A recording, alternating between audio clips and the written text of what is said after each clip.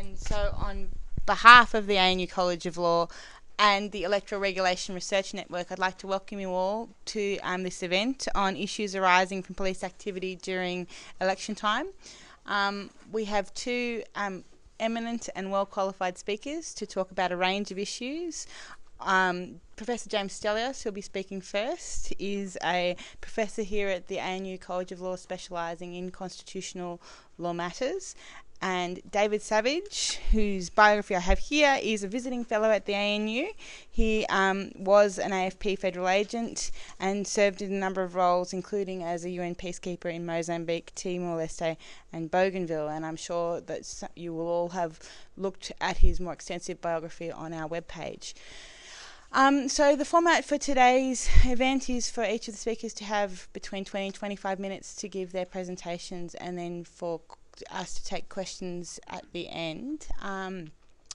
And so without further ado, I'd like to invite Professor Stellios to come to the lectern. Take it with you, yeah. Sorry, and the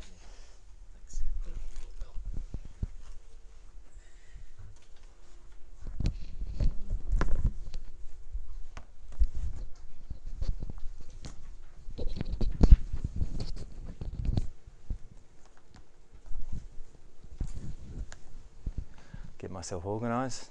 Thanks very much, Dom, and also thank you to Michael for the invitation to speak. I've passed around an outline which hopefully will help us along over the next 20 minutes or so. The bulk of my presentation, which is captured in the outline, will focus on the Ian Fogarty case. Towards the end, I'll spend a couple of minutes talking about the Senator Conroy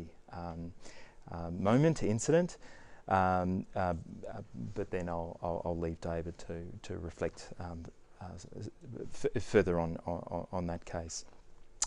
So Ian Fogarty was arrested during the 2015 Queensland state election. Although the details are a little sketchy, he was apparently charged with public nuisance arising from circumstances where he was present at a small street gathering which had been organised by the incumbent governing party, and was wearing a shirt displaying the words "I'm with stupid" with an arrow pointing to the person next to him.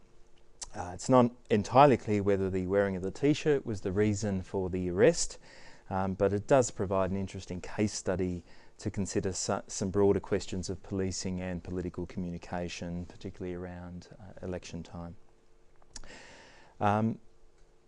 Of course, at stake here are two tenets of a liberal democracy. On the one hand, political speech is the lifeblood of a democratic society, and the policing of speech is an archetypal threat to its democratic credentials. The importance of that speech is obviously elevated around election time. On the other hand, the democratic system presupposes a society where law and order is enforced and maintained, and that the citizenry is free to take part in social, cultural and political life. Of course, there's much that is contested in the way in which I have described those two tenets. Because I am a constitutional lawyer and not a political theorist or an expert in law enforcement, the focus of my time will be on the constitutional dimensions of the intersection between free speech, particularly at election times, and the maintenance of law and order by police. I'm going to start with some basic propositions about the constitutional framework. The first is that there is no express right to communication within the Australian Constitution. Until the early 1990s, it was widely assumed that the political process was the appropriate constitutional mechanism for striking a balance between free speech and law and order. However, in a series of cases in the early 1990s, culminating in the High Court's decision in Longy and the ABC in 1997, the Court accepted that the democratic processes within the Constitution necessarily implied that some constitutional protection is to be afforded to political communication, thereby shifting some of the decision-making about balancing political communication and law and order from the political process to the courts. Now, since that time, the court has been grappling with the location of the dividing line between the Parliament's authority to strike that balance and the judiciary's authority to strike that balance. So what do we know? Under this constitutional limitation, we know that laws can't impermissibly burden protected communication. Now, all the hard work is done in determining what communication is protected by the Constitution, when will it be burdened, and when will it be impermissibly burdened. Now, each of these ingredients of the constitutional framework has relevance to the policing of political communication during elections. Turning first to the question of defining the political, it's clearly established that the Constitution protects, the constitutional protection extends beyond speech to expressive conduct as well. In Levy and Victoria, Laurie Levy was charged with entering a restricted area in violation of various hunting regulations in order to display injured ducks in front of news cameras. Although the challenge to his charge based on political communication was ultimately rejected, it was accepted by the court that non-verbal communication is a form of protected communication. So wearing a shirt with I'm with stupid on it as expressive conduct is certainly capable of benefiting from the constitutional protection. Of course, what creates more of an issue is the use of mockery or ridicule and the potential to cause insult or offence. Does that form of expressive conduct have political value? Now, somewhat surprisingly, there are only a few cases that reflect on this point. Now, I'll start with the Queensland Court of Appeal decision in 1998 in ABC and Hanson. For those who can remember, the case involved a musical composition broadcast locally by the ABC's Triple J network called Backdoor Man. The composition featured the words of Pauline Hanson, then a member of the House of Representatives, cut and sliced from various speeches and organised in unintended ways and combinations. Now, on the back of the outline, you'll see a transcript of the, just in case I'm still covered by the injunction, a transcript taken from the unreported judgment. So Ms Hanson sued for defamation, claiming that the material gave rise to the imputation that, amongst other things, she was homosexual, a prostitute, was involved in unnatural sexual practices, and was associated with the Ku Klux Klan. A Supreme Court judge in Chambers issued an injunction restraining the playing of the song. In rejecting the ABC's appeal against the injunction, the Queensland Court of Appeal took a dim view of the political value of this sort of communication. Now, delivering the leading judgment, Chief Justice de Jersey said that enjoining the broadcast of this material could not possibly be said to infringe against the need for free and general discussion of public matters fundamental to our democratic society. These were grossly offensive imputations relating to the sexual orientation and preference of a Member of Parliament and her performance, which the appellant in no degree supports as accurate, and which were paraded as part of an apparently fairly mindless effort at cheap denigration. Now, a contrasting approach was taken by the full court of the South Australian Supreme Court in a case called Brandon and Ryan in 2000, another defamation case. Now, the plaintiff was the chairman of a political party known as Australian National Action and a candidate in an upcoming local council election.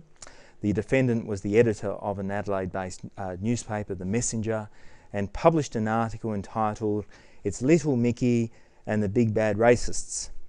The article made various comments, including that Australian National Action was a racist gang and that Brandon was on steroids, had irregular bowel movements, and had taken the wrong medication. And you'll see the article on the reverse side of the handout. Now, Brandon sued for defamation, and the trial judge considered that the defendant had a defence of qualified privilege based on political communication. On appeal to the full court, Justice Lander, with two other judges agreeing, upheld the qualified privilege defence And in the course of doing so, His Honour characterised the political character of the communication in the following way. In my opinion, this publication was of government or political matter. It was published in a form which may be described as satirical and which invited the reader to hold the plaintiff up to ridicule. Nevertheless, in the circumstances of this case, the subject matter of the article was government or political matter. So despite its satirical character and the intention to offend, the communication was sufficiently political to benefit from the constitutional protection. Now, disagreement on the boundaries of the protected category of communication is not limited to lower courts. We see similar disagreements in the High Court's decision in Coleman and Power. Now, Coleman had made accusations in a public street that a police officer was corrupt. He was convicted of using insulting words in a public place. In the High Court, there was disagreement across the majority and dissenting judgments as to the value of political insults. Now, in the majority, Justice McHugh said that insults are as much a part of communications concerning political and government matters as is irony, humour and as acerbic criticism. Justices Gummow and Haynes said that insult and invective have been employed in political communication at least since the time of Demosthenes. Along similar lines, Justice Kirby said that the system of government belongs as much to the obsessive, the emotional and the inarticulate as it does to the logical, the cerebral and the restrained. Now, by contrast, the dissenting judges considered that the type of communication involved was either beneath or at the margins of constitutional protection. So at least on Brander and Ryan and the thrust of the majority comments in Coleman and Power, I'm with stupid appears to fall within the scope of constitutional protection. So on the assumption that we have a type of communication that is protected, the next question is whether there has been a burden. Now, the High Court has been very generous at this second stage. A burden is not to be measured in a quantitative way. It is a qualitative or involves a qualitative analysis. So minority voices and presumably unconventional forms of political communication would be at risk if a burden was measured in quantitative terms. Now, communication may be protected even if the burden is slight, so that the fact that a person can communicate their message in a different, perhaps in a more conventional way, does not preclude the finding of a burden, although alternative forms of communication may well be relevant at a later stage in the analysis. Now, the imposition of a penalty on a person's opportunity to communicate in a mode of their choice, for example by wearing a t-shirt with the words I'm with stupid written on them, would, on the High Court's approach to that question, constitute a relevant burden, particularly at the time of an election. Now, the High Court has left much of the analytical work to the final step. When will a burden be impermissible? Now, the classic way that the court has approached this question is to ask whether the burden is reasonably inappropriate and adapted to a legitimate purpose or a legitimate end. Now, the test, since a case called McCloy in 2015, the test has now been developed further to embrace a series of fairly rigid and sequential questions, which has been labelled proportionality. Is the law suitable? Is it necessary? Is there an appropriate balance that has been struck? Now, the development of the test in this way has been controversial. It may not survive, but I don't intend to get into those difficulties. Instead, I'm going to try to simplify things by saying that within this framework, whichever is adopted, there is a rough equation that takes into account our two fundamental tenets of a democratic system. At the one end of the equation, we have the value of political communication to our democratic system, and at that end of the equation, a court might take into account the context of the speech and the opportunities for alternative forms of expression. The fact that there is an electioning process probably heightens the importance of the communication no matter what shape or form it takes, it would take a lot more to justify a burden on it. At the other end of the equation, we have the legitimate end of law and order. Now, some care has to be taken with setting out the parameters of this legitimate objective. It probably goes without saying that law and order objectives cannot include the suppression of speech, nor does it include protecting someone's personal feelings from offensive or insulting speech. So in Coleman and Power, the provision under which the protester was charged made it an offence to use in a public place any threatening, abusive or insulting words to any person. Now, a majority considered that a purpose of protecting or enhancing the civility of discourse in public debate was not a valid justification for burdening political communication. And on that basis, one judge, Justice McHugh, found the provision to be invalid, and three other majority judges, Justices Gummo, Hayne and Kirby, read the statute in a way to only cover insulting words which were intended or likely to provoke a physical retaliation. Now, whether this is an absolute position on insulting communication is unclear. In the case of Monis and the Queen 2013 decision, only 6 judges sat. 3 of the 6 judges considered that a provision prohibiting the sending of offensive mail through the post was invalid on Coleman grounds. Parliament couldn't try to sanitise political discourse between postal users. The other 3 judges, however, thought that this was something very different. It was keeping offensive material out of the private space. But threats to public safety, personal property and breaches of the peace are matters that can, depending on the circumstances, justify action taken against political communication.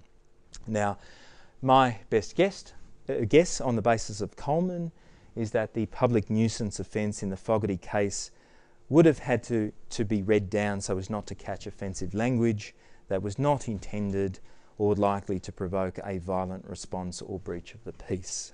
It would then have been a factual question at the trial of whether there was such an intention or likely effect. Now finally, just a few comments on the Fogarty case, just a few comments about police discretions. Now, much law enforcement is discretionary, necessarily discretionary in character. Now, I'm going to crudely break police discretions up into 2 categories. The discretions that are linked to an opinion formed about the commission of an offence. So, for example, in the case of the power to arrest or the discretion to issue search and seizure warrants. So the first category, discretions that are linked to an opinion formed about the commission of an offence, and the second category, discretions that are not linked in that way. Now, in both categories, there are implications for political communication. Now, the first point I'll make about the first category is that if the offence provision does not burden political communication, then it's unlikely, I think, that the enforcement of the law during an election period will give rise to constitutional problems on political communication grounds. So if a politician, to take an extreme example, if a politician has committed a murder, then the police don't have to wait until after the election period to take action. The more interesting case is where the offence has an impact on political communication. So our example in Coleman and Power, and also in the Fogarty case, we have an offence provision that may be invalid for breaching political communication, or it may need to be read down in a way that complies with the constitutional requirement. And we have police officers at the front line confronted with a very difficult decision to make. Has the person engaged in conduct that is either outside the scope of the offence provision because it is political in character, or is not caught by the provision at all because the provision is invalid? Now, this places officers in a difficult spot, and hesitating before enforcement may well be warranted in such cases, particularly around elections. In the second category, we have discretions which are not linked to the commission of an offence. An example might be something like a move-on power. Some jurisdictions have built-in statutory limitations to approximate the constitutional protection for political communication. So the exercise of power consistently with a statutory limitation will also respect the constitutional limitation. However, where they do not have a statutory limitation, police will have to take into account the constitutional protection when exercising their discretion. Now, to give you a flavour of this, I'll finish this part of the presentation with an example of a discretionary police power that raised a political communication argument but was ultimately unsuccessful. So in the Tajur case, Tajur in New South Wales, a 2014 High Court case, the court considered an argument that the habitual consorting offence in section 93 X of the New South Wales Crimes Act had reached the implied freedom of political communication. The provisions made it an offence for anyone habitually to consort with convicted offenders. The offence extended to habitual consorting for innocent purposes. There were some exceptions in the legislation, but consorting for political purposes was not a statutory exception. And finally, the offence was only committed if a person had been issued with a warning by police. Now, in response to the argument that the provision breached the constitutional limitation protecting political communication, one of the arguments that was raised was that the police had a discretion whether to issue the warning before the offence was triggered. And in exercising that discretion, the police could take account of the constitutional protection for political communication. Now, only Chief Justice French and Justice Gageler had to consider the point because only their honours found that there were constitutional problems with the provisions. However, each judge held that the discretion was not enough to remove the constitutional problem. In particular, since political communication was not identified in the statute as an innocent purpose exception, as a matter of construction, the police discretion could not save the day. However, there may well be circumstances where a police discretion may be capable of saving the day because it will be assumed that the discretion will be exercised consistently with the constitutional protection. Now, just to finish, I'll spend a couple of minutes, I've lost track of the time, but I'll spend a couple of minutes on the Senator Conroy case. The background is well known. During the election last year, a search warrant was executed and various documents seized from Senator Conroy's Melbourne office, from a staffer's residence and also from an office at Parliament House here in Canberra. The documents were said to be relevant to investigations in relation to the leaking of documents from NBN Co. Senator Conway made a claim for privilege which was referred to the Senate Privileges Committee. Privilege from search and seizure is not dealt with in the Parliamentary Privileges Act, but that Act, of course, is not exhaustive of the kinds of privileges that may be claimed. A decision of Justice French, as he then was in a 2000 Federal Court decision, Crane and Gething, held that the courts should not be involved in determining parliamentary privilege questions in relation to search warrants. That was a matter for the other arms of government to sort out for themselves. An MOU was then agreed between the government and Parliament in 2005 to regulate the use of search warrants. Now, documents that would fall within the definition of proceedings of Parliament for the purposes of the Parliamentary Privileges Act are treated as immune from search and seizure under this MOU. Now, in this case, the Privileges Committee issued its final report last Tuesday. It found that the documents were sufficiently connected to parliamentary business to attract the immunity. It also found that the immunity claim was, it also upheld the immunity claim and recommended that the documents be returned. The committee also considered whether anyone should be found in contempt of Parliament under the Parliamentary Privileges Act. In particular, an NBN employee had been appointed as a constable assisting and attended the search. Now, that employee then took some photos of some of the documents and sent them to other NBN employees. ostensibly for the purposes of verifying the authenticity of those documents. Additionally, a couple of NBN employees were later stood down over the allegations of the leaking of documents.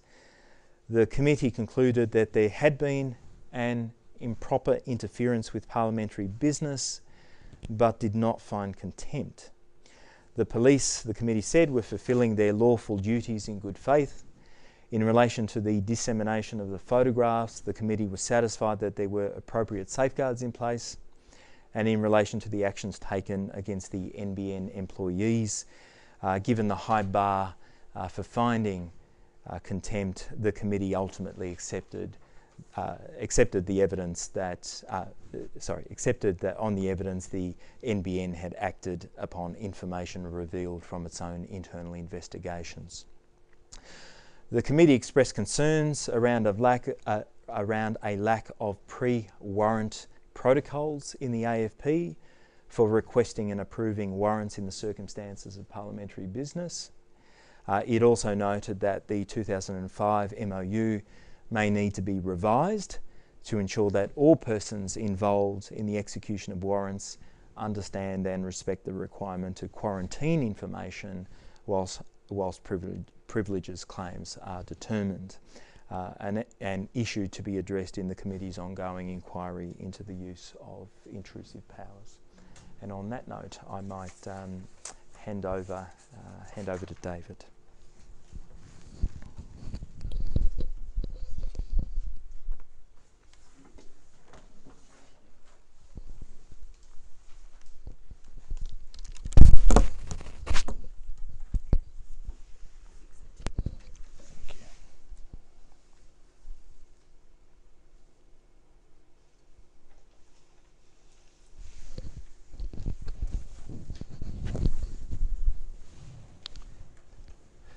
Thanks very much, Professor Stellios. Thanks to the ANU School of Law, Dr. Dominic Della Posa and Mr. Michael Maley for inviting me here today to participate in this interesting and fascinating discussion on the most appropriate manner for police to approach their responsibilities within electoral campaigns so as to maintain their political neutrality. I've been involved in policing of several elections internationally. These elections have confronted far greater and more severe interference from those responsible with respecting and enforcing the rule of law than we have ever envisaged occurring within Australia. However, this is not to say that we should not be vigilant to ensure neutrality within our law enforcement agencies is maintained and to look at continually improving their interaction within the context of elections. Especially in this era of the 24-hour news cycle, social media, where everyone with a phone can capture any infractions or interference and disseminate in real time. Some of the issues that are confronting police and of course the community during elections is that the rule of law be maintained, and during the wide and varied community events, press conferences, shopping centre walkthroughs, whilst also balancing all civilians' right to free speech. Often the lines can be rather blurred and may not appear to be always compatible. There are attempts by some to manipulate the police to act against their political opponents to discredit them. And what should the police do? They must investigate crimes, but how can they avoid becoming political pawns? I don't purport to be an electoral expert in any way, but hopefully I can contribute to the discussion and not create more questions than we started with. I also apologise for reading this, as you can see I was injured in Afghanistan a few years ago, and apart from my physical injuries I suffer from a moderate traumatic brain injury which can cause me to lose track, so rather than sound like Donald Trump at a fake news conference, it's best I stick to my notes. The functions of the Australian Electoral Commission, their purpose is to deliver one key outcome: to maintain an impartial and independent electoral system for eligible voters through active electoral roll management, efficient delivery of polling services and targeted education and public awareness programs. So there's nothing there that's either surprising or problematic. Whilst Commonwealth law enforcement officials' role as defined by the Australian Federal Police is as follows. The AFP's role is to enforce Commonwealth criminal law, contribute to combating complex, transnational, serious and organised crime impacting Australia's national security, and to protect Commonwealth interests from criminal activity in Australia and overseas. It goes on about the role in states and territories. The AFP works closely with a range of other law enforcement and government agencies, state, territory and Commonwealth and international levels, enhancing safety and providing a secure regional and global environment. The AFP's priorities are informed by ministerial direction. Areas of operational emphasis from that include investigating complex transnational serious and organised crime, protecting Australian interests from terrorism and violent extremism, representing Australian police and law enforcement on an international level, developing unique capabilities, exploiting advanced technology to support Australia's national interests, and it goes on. Most of all, policing for a safer Australia. The values, ethical and value-driven, embracing diversity and inclusion, value fairness, trust, respect, accountability, integrity, commitment and excellence in service of the community for each other. Whilst not stated, political neutrality is also implied. The ministerial direction, signed by Honourable Michael Keenan MP, is issued under Section 37(2) of the Australian Federal Police Act 1979 and outlines the government priorities and expectations for the Australian Federal Police. The AFP is the Australian Government's primary law enforcement agency, and its functions are set out under Section A of the AFP Act. So just think about that for a few moments. It's not quite a complete separation of powers when you have the Minister for Justice issuing priorities. I first became involved in elections some 23 years ago, whilst a member of the AFP. It was not on Australian soil, but in Mozambique, where I was a UN civilian police officer, or CivPol. Mozambique had just emerged from a very vicious 19-year civil war after the collapse of Portuguese colonial rule. Civil war was between the predominantly Marxist Frelimo government and the South African-backed rebel forces of Renamo. After the cessation of hostilities, the UN mission was created with the following mandate.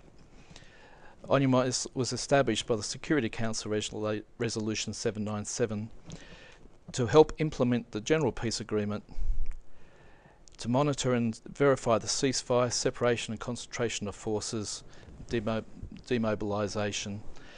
It goes on, but the key thing that I want to talk today is to provide technical assistance and monitor the entire electoral process. As you can see, UN Peacekeepers had been deployed to both keep the peace between the two belligerents and to also oversight the operations of the Technical Secretariat for Electoral Administration, or the STI. This was also to be the first election post-Portuguese occupation. I was located in the heavily mined and remote town of Gurui, also where the final front line of the conflict was located. Feelings rang very deep some 18 months after the peace accords. It was also where the UN's relationship with the PRM, or the Mozambique police, could generously be described as tenuous. My counterpart was the Deputy Chief of Police, who was also Chief of Investigations. Human rights abuses by the police and retribution against Renamo demobilised combatants was a continuing problem. Modalities for the election written by the STI were oversighted by the UN and agreed to by all parties. Our role was to observe, advise and report in relation to the elections, whilst in relation to alleged human rights abuses, we could also investigate and prepare briefs of evidence for potential prosecution by the combined Compol panel, which was a panel of both major political parties in the United Nations. When campaigning commenced, there were numerous minor infractions by both parties that were easily resolved. However, in the areas that Renamo had strong support, the harassment of candidates, campaign launches and attacks on political officers was greater and more violent. In Gurui, where I was located, Frelimo were the predominant campaigners. It was also clear that there was no attempt at the separation of powers. The police were openly supporting and assisting the Frelimo campaign, and despite some friendly advice to them that they could not under the modalities. Whilst perhaps understandably, Renamo were initially nowhere to be seen. A few weeks out from the poll, we were informed that a Renamo official would be arriving to scope out their campaign launch. in Garui. Meetings with the police confirmed their willingness, albeit reluctant, to facilitate crowd control and security. The day of arrival came, although the official didn't. We informed the UNHQ, but we weren't too concerned early on, as the road from the provincial capital was a very tough 6-hour journey. Breakdowns were common. We were then informed, though not by the police, but by locals, that a body had been found in the piscina, or the community swimming pool. The pool was located immediately across the road from the police station, and from where the police usually sat on their veranda, looked straight into the swimming pool. Even though it was currently derelict and super green, it would have been easy to see what happened there. When we arrived, concerned that it was our official, we were informed by the police that it had absolutely nothing to do with the election, but was an accidental drowning. I guess if you went swimming in the pool dressed in a suit, there was a likelihood of you drowning. Despite the police ruling, it is a case of misadventure on an unidentified person, but it was definitely not the Renamo official. Our investigations revealed that the victim was indeed the official, and the cause of death was 3 gunshot wounds to the back, with the actual offender being my counterpart, the Chief of Investigations. Yet despite the actual elections went very well, including in our area of the Wild West. Generally, the police abided by the conditions, which meant that they had an exclusion zone around the polling sites to prevent their influencing voters. Frelimo won by a commanding margin, and the election was a great success. The president of Renamo, de Kalama, was not happy with the result, but negotiated a settlement of a position in Parliament as a condition for not challenging the result. True democracy in action, perhaps. In Timor, some 5 years later, I was tasked with advising the Polri, or the Indonesian police, on security for the UN-run Popular Consultation to determine the future of East Timor, whether to stay or leave with the Republic of Indonesia. The May 5 agreement between Portugal, Indonesia and the UN set out the modalities for the consultation, including the cantonment of the Indonesian military and Timorese resistance fighters fell until. The government of Indonesia refused to have peacekeepers, and the security during the process was handed to the Indonesian police. The Polri had only recently separated from the Indonesian military, the TNI, and was subservient to them. As we all are aware now, state-run intimidation, threats, forced disappearances and murders ensued. Among those Timorese who supported independence from Indonesia. The Polri were unable and often unwilling to try and prevent the violence, and they often participated in violence against independent supporters. United Nations civilian police members tried to persuade the Polri to fulfil their commitment to the May 5 agreement, and while some individuals tried, however, overall we were unsuccessful in preventing the violence. Yet despite all the attempts by the Indonesian government to prevent it, the popular consultation still took place, and the vote was overwhelmingly to separate from the Republic of Indonesia. After the result, the situation deteriorated even further, with widespread violence and retribution taking place against the Timorese, with mass killings, and the destruction of the country commenced.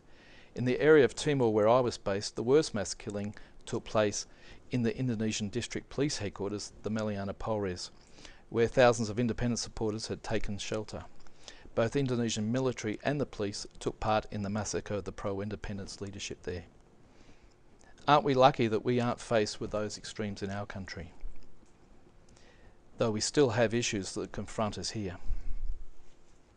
Because we aren't confronted with such egregious crimes, we don't have special or prescriptive rules for the police to follow in relation to elections, campaigning, etc. There is not the need for agreements to be drafted or modalities setting out what the police can or can't do during an election campaign. Police, as discussed, have to use their discretion. Police in Australia follow the existing legislation regardless of elections, though at times this can be a double-edged sword for them, and at times for those campaigning. There are usually 2 layers of policing involved in elections in relation to those campaigning. The regular state or territory police who undertake the community policing at events, shopping centre walkthroughs, campaigns, etc. And then the specialist police who perform close protection for those assessed as being in need of it. In federal elections, this will involve the AFP and or state police performing those functions, and in state elections it will be the responsibility of the police of that state or territory. The role of the police performing close protection is primarily the physical security of the principal, but also to maintain their dignity, which I know can be an impossible task for some of our candidates. This can make the task for police very difficult at times. Let's consider some scenarios that they may have to confront. As a police officer, you're called to attend an election campaign function following a complaint by a campaign official because some processes are disrupting the event. The event is in a public place. There are no special provisions in place. It hasn't been hired out. But both the candidates and the processors have the right to free speech. So what does the everyday police officer do when he's confronted with this? After assessing the situation, he will defer to the existing legislation in relation to offensive behaviour, breach or imminent breach of the peace, if that's relevant. If necessarily, the most important thing is to remove if an apprehension of violence is feared. And often enough, just removing a person from the location without resorting to laying charges, as one can with the apprehension of an imminent breach of a peace, can be enough. And I believe in the case of the T-shirt, the person was actually removed but never actually charged. What if a protester is wearing a T-shirt that's embarrassing to the politician? If it is not offensive, should police become involved? We've already discussed this. Does a politician or a candidate have an increased right over other individuals? In the very common shopping centre walkthrough, who has primacy, the politician or the protester? We certainly don't want to see a return to the overbearing legislation where protesters need a permit to voice concerns or opinions like in the bad old days of the Bjelke-Petersen nationalist government. The other side of this is where Pauline Hanson has tried to prevent being recorded in a public place. Then we come to other issues such as the alleged Medicare SMS scare campaign. What should police do in these circumstances? Do they act at the time? Do they wait until after the election's complete?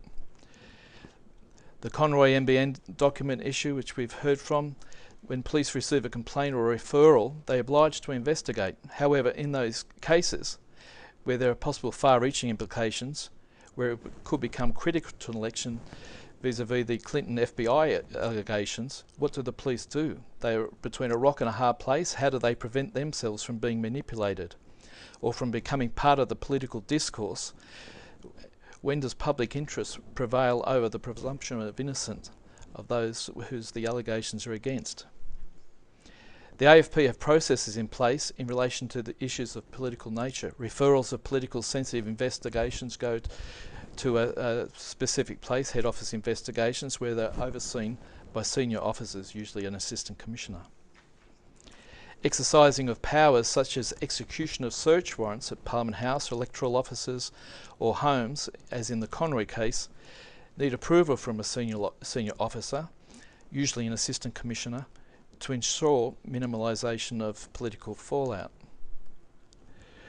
Though not always successfully. With the Conroy case, somehow the media were tipped off and were present for the execution of the search warrants. This would influence the candidate's re-election chances, whether there was any substantiation of allegations or not. So what is the answer to these? It's not exactly a simple solution, is it?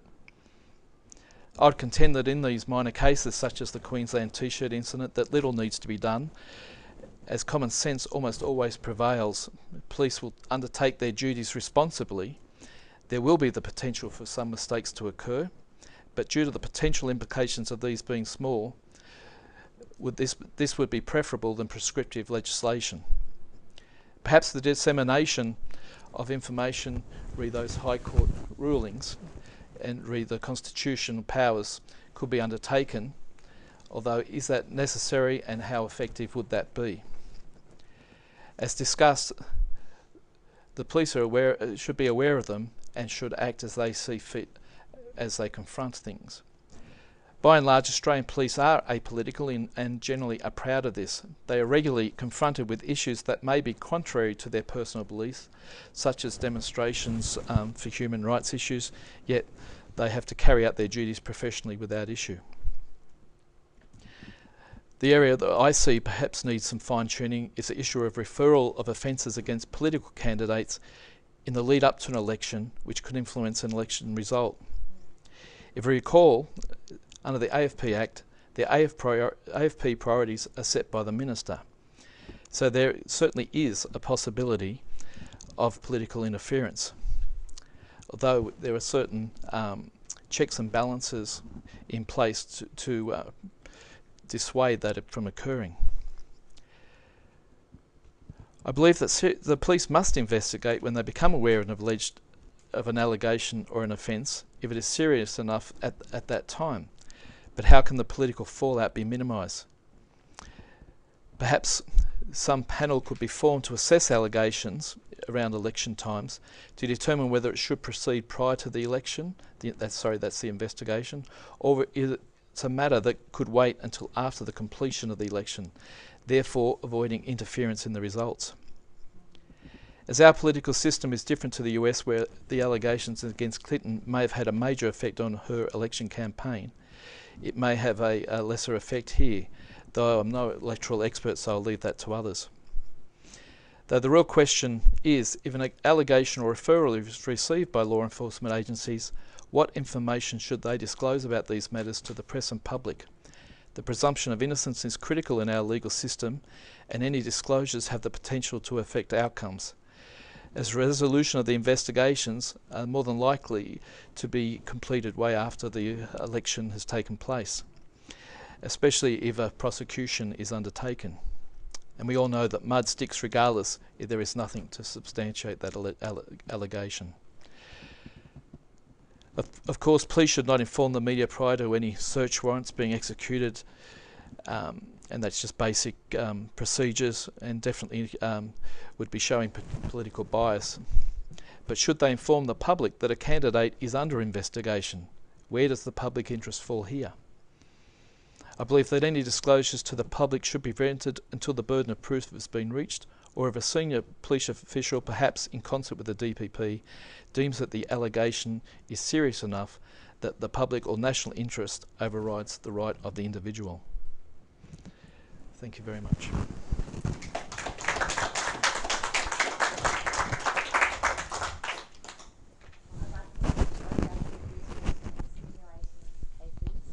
And invite the audience to ask further questions of either of the speakers.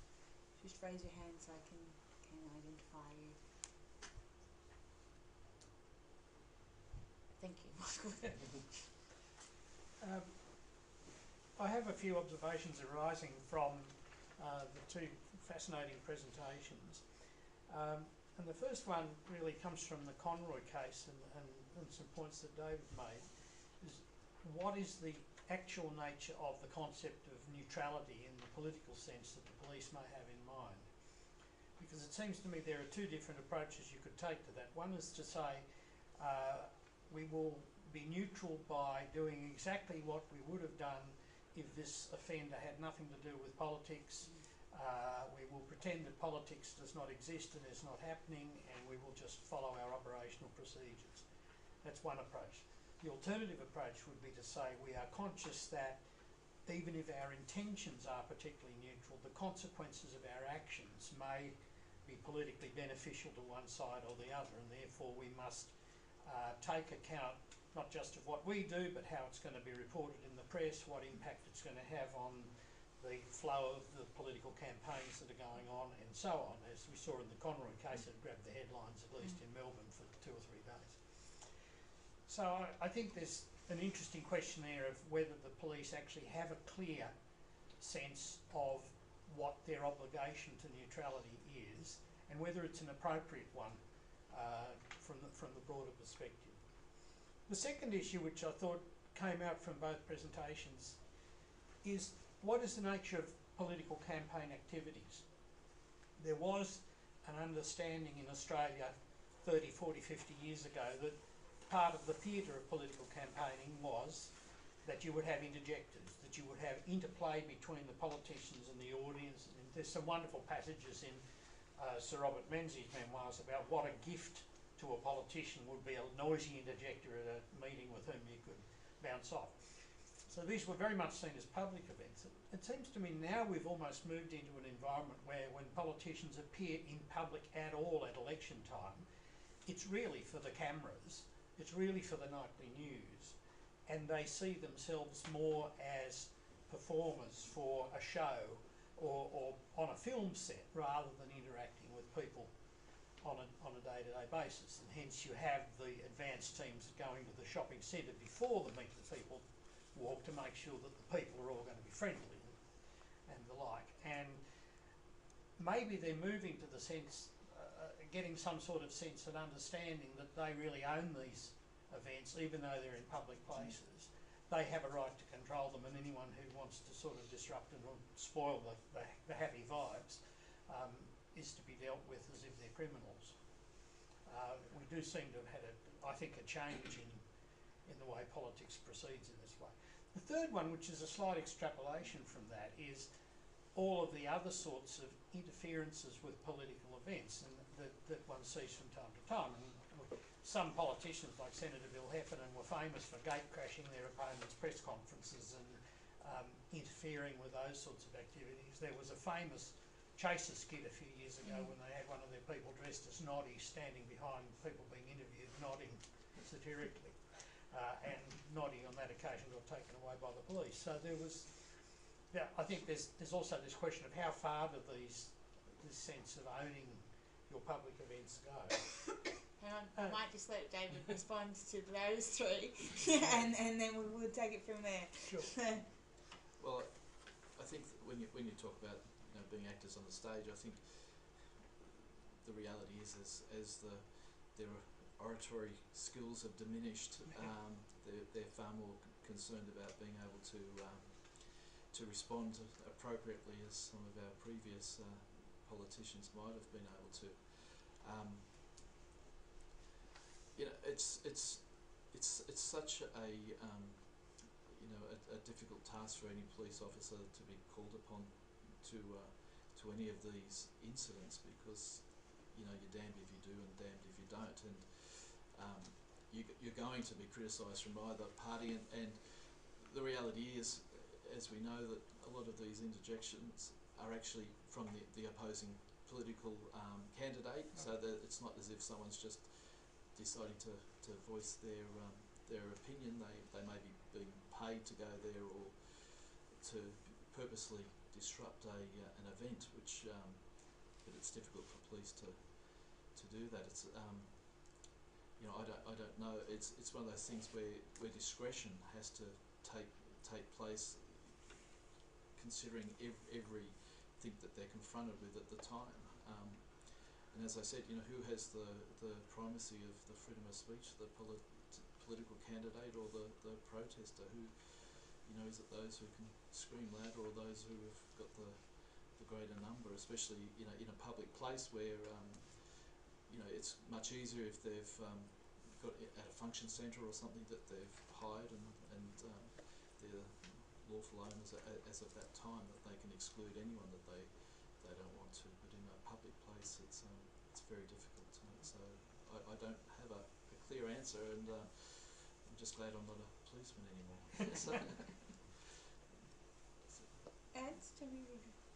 David, I love your presentation on the police, focused on the federal police.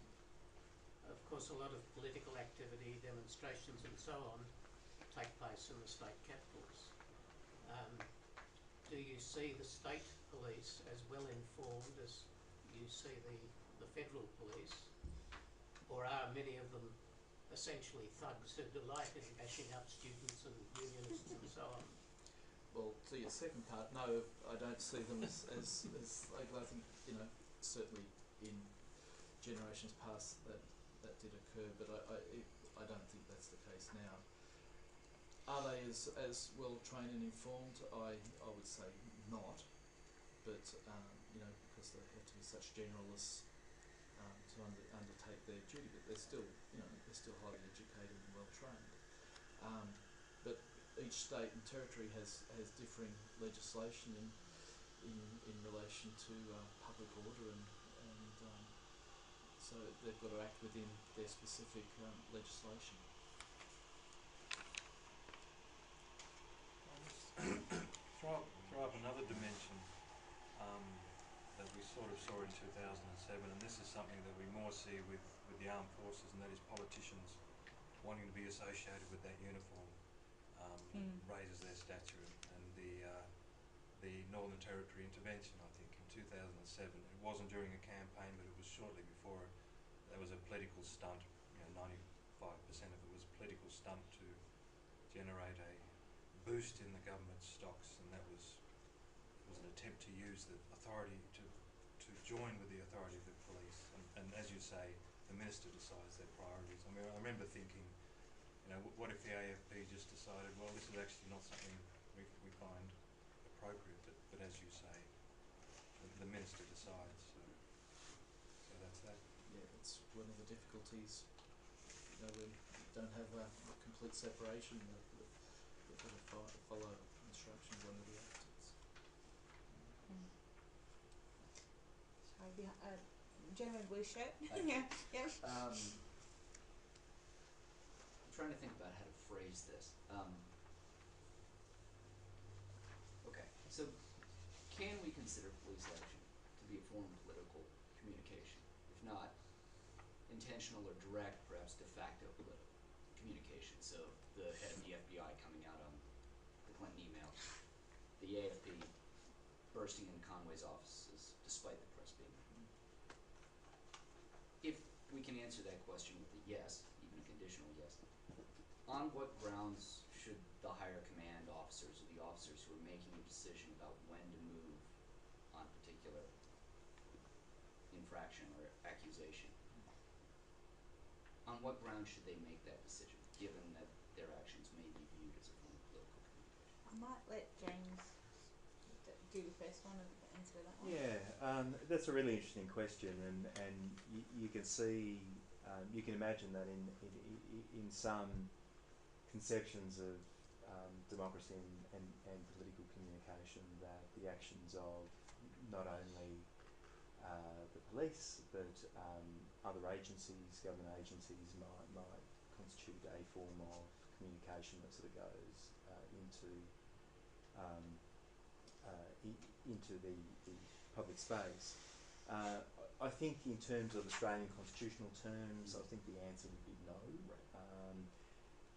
The question hasn't been considered, but the indications are that government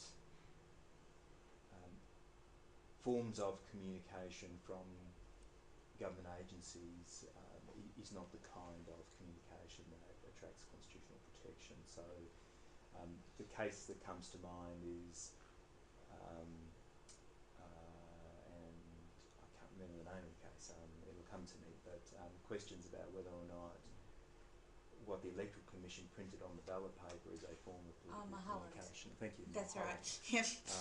Whether that sort of communication by the bureaucracy in the process of running an election can constitute a form of political communication. The High Court said no, that's not what we're talking about.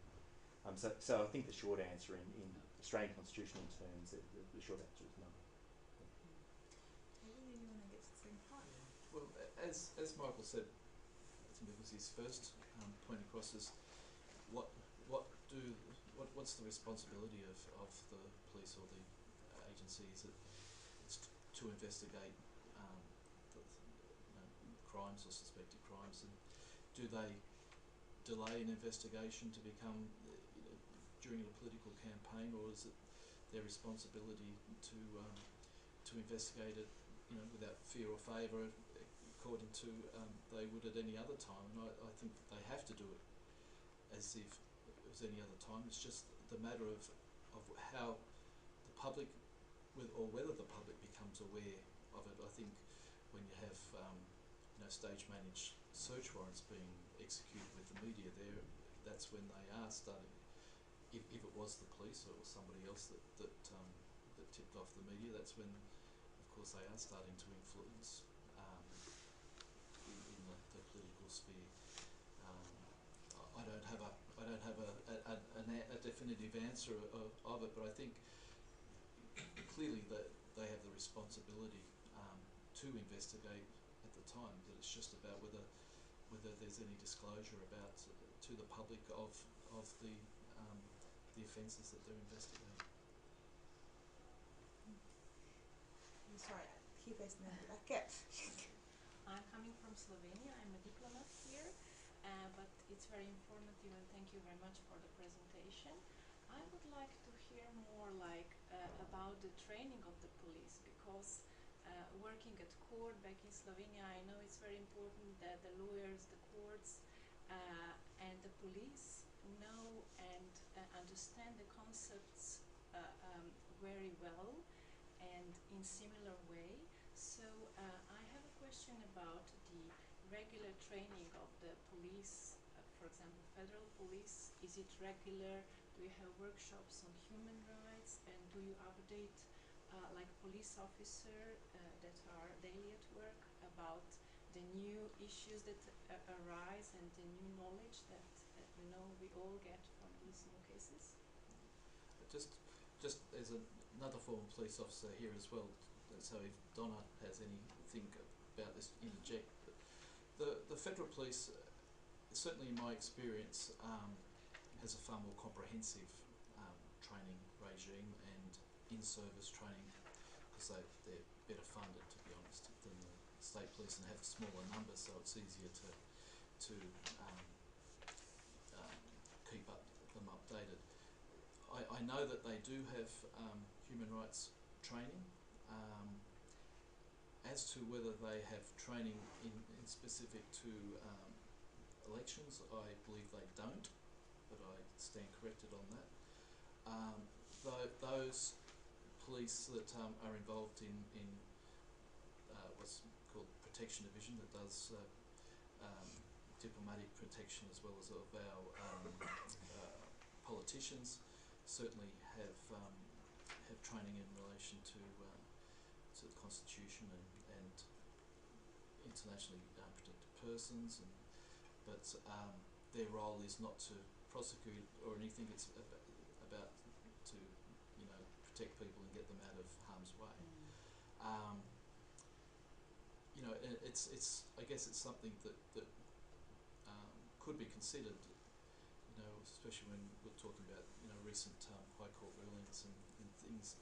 The average street policeman isn't going to be up to date on High Court rulings or that. So whether that's something that should be disseminated prior to election campaigns is certainly something that could be considered.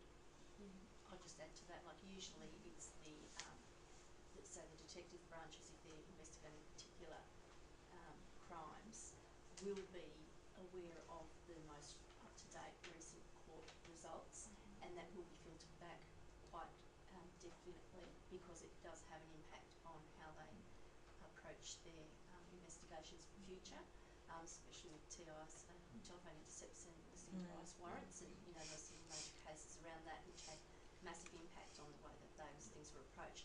So in those specialist squads, yes, you would have a continuing up-to-date as each case is, but across them. I mean, you also, just another comment in regards to the way they approach, it's also, remember Julia Gillard, when she was ejected from, she was Australia, I think. Yeah. And they decide, the police made the discretionary call on that occasion that she needed to be removed because she was at risk. But in doing so, it was just so undignified for her, and the public media response to that, losing the shoe and looking like a helpless woman, and the princess and the pea, that kind of thing. Potentially that, it was, you can understand the decision that was made at the time. They were looking at her protection, but really the fallout from that was so much greater. Can I just chip in? Thanks for your question, Yana. That's thanks for coming in. So, at least in two jurisdictions in Australia, the police forces in Victoria and also the AFP in its ACT policing role have, in addition to these constitutional layers, have human rights schemes that mirror the English Human Rights Act, and you know, in terms of training requirements, there is that additional layer, and in my experience, and it's only very limited, the AFP has been very receptive to the idea of training for ACT policing, you know, learning about the Human Rights Act and how that might impact on the exercise. Yes, this is more of a sort of observation, I think, than a question. It does seem that during election campaigns there is this sort of hyper-vigilance about legal things, so you have two groups of protesters coming together and every sideways look is an assault that the police should intervene and arrest the person for. In the case of the Medicare text messages, you could do that type of thing on the university. Yeah, you could put posters all around ANU saying, you know, Medicare this, Medicare that, and nothing would occur. But that there's, in that election context, there is this pressure to push the discretion of the officers to the point where they're, you know, everything that could conceivably be a breach of a law is brought within the law enforcement sort of process. So do you have... My only observation is that's part of the fear of police being manipulated by you know, different political factions. That you know, no doubt under the Medicare SMS thing that they were getting a great deal of pressure from the government to investigate, to take action. You know, because they would have had, you know, complaints from it's you know, one of those damned if they do, damned if they don't sort of scenarios. But there's certainly, you know, no doubt that all political parties would try to manipulate the police to take action against the opponents at some time if they could work out the best way to do it, I'm sure. Yes, I think one of the things that comes out from both what Donna said and David said is just how difficult policing is. And something that hasn't been said is there is a sort of moral obligation on the public, I think, to be a little bit more understanding of just how difficult it is, particularly for a junior and inexperienced policeman or policewoman, which should be the sort of person involved in dealing directly with this sort of thing. I mean, no doubt before they go out on the street, their own command structure, their sergeant or whatever, would give them a general briefing on what's expected of them and how they should behave in certain circumstances, but he can't always cover those circumstances in any detail, and it comes to the point under the Office of Constable as the individual police officer's responsibility to make a decision as to whether to exercise discretion or whether to take action. And it seems to me that there's not enough understanding at the public level of just how difficult that role is and how easy it is to turn around and blame the police for almost anything that happens. And Donna's example of Prime Minister Gillard and the shoe incident is a classic case. I mean, the officer concerned made a certain decision and took certain action, and then they turned around and criticised that. How much worse would it have been if she'd actually been hurt? And that's the bottom line of the sort of decision he has to make. Now, the point I'd like to raise very briefly is this. I think we're entering into a new phase of politics, and it's been exhibited by what's happened with the Trump case, where Trump has had his big electoral rallies. Somebody has stood up and objected to him or objected to something he said, and then he standing at the podium is sort of ridiculing that person and making a theatre out of it as a couple of the heavies, whether they're police or whether they're just security people, make a great show of taking the person out. Sadly, I think we're moving into that phase of populist politics where that sort of thing could happen more often in Australia. And I don't know how that puts the police, or for that matter, just the security people concerned, in dealing with what is a highly staged, very inflammatory political situation. I don't know, David, whether you've got any view on that, but it seems to me that is a tendency which we could have to face in the future. Oh, look, you know, there's no doubt that we learn from different arenas, and I'm sure someone will try and take take a leaf out of that book. But in my understanding that in those campaign things that they were actually security as opposed to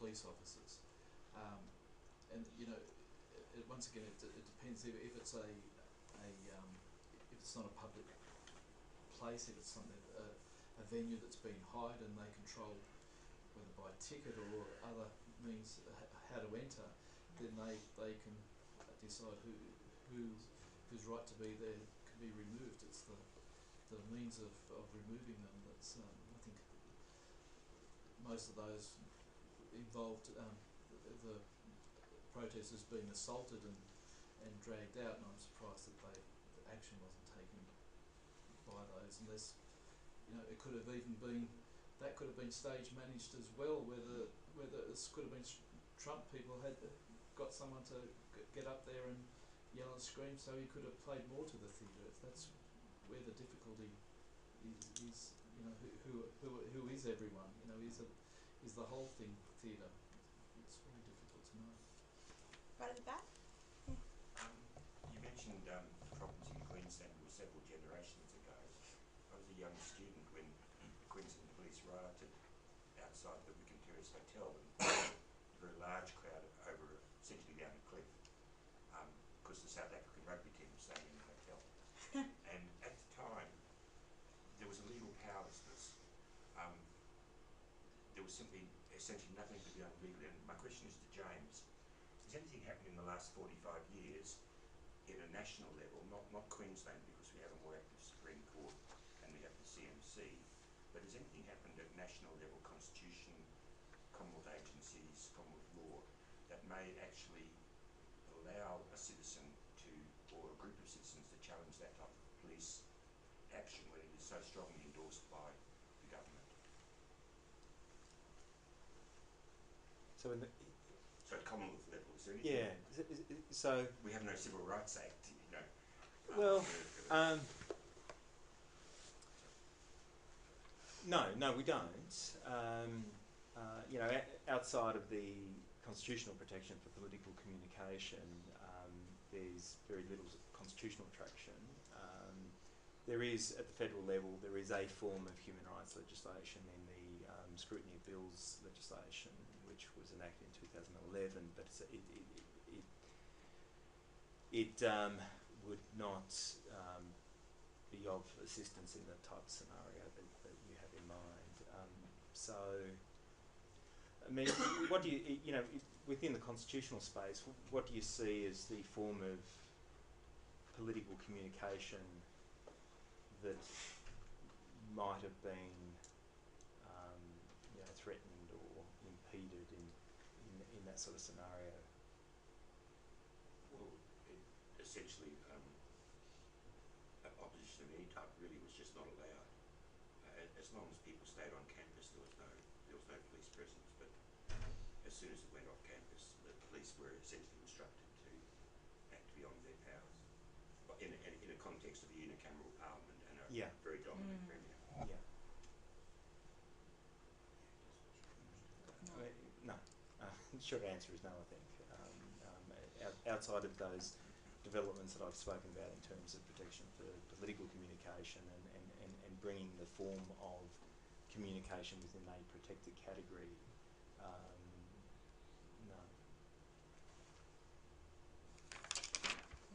A comment and a question. The comment being that Michael's comments before about you know, what, you know, is neutrality business as usual or so on, was reminded me of I think there was a couple of situations where in states prior to state elections, police had declined to release routine crime statistics on the normal timetable because an election was coming up, which was an interesting example of that, and I suspect they were probably before impending changes of government, but I'm not too sure.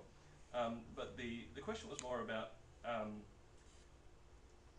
I wonder how much of the problem here is due to the inherent complexity of the implied freedom of political communication in the Australian Constitution, because you can imagine, you know, a smart aleck copper saying, show me where in the Constitution it says you've got a right to protest. And as you noted, James, it's something that's changed relatively recently under McCloy, and the interpretation of it is still somewhat a bit open, and it,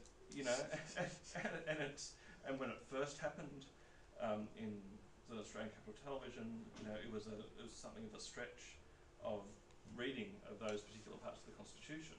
I mean, it is complex, and a lot of we don't have a Bill of Rights, and it's something that our politicians are particularly allergic to, at least federally. How can we make that understanding simpler? The understanding of those issues for police and for other people, in the space. So I'm really sceptical about any possibility of making it simpler. I mean, constitutional lawyers take great delight in attending conferences and debating the parameters of the implied freedom. So sitting down to explain that in simple terms to decision makers on the ground, whether they be police or any other government agencies or officers, I think is very difficult.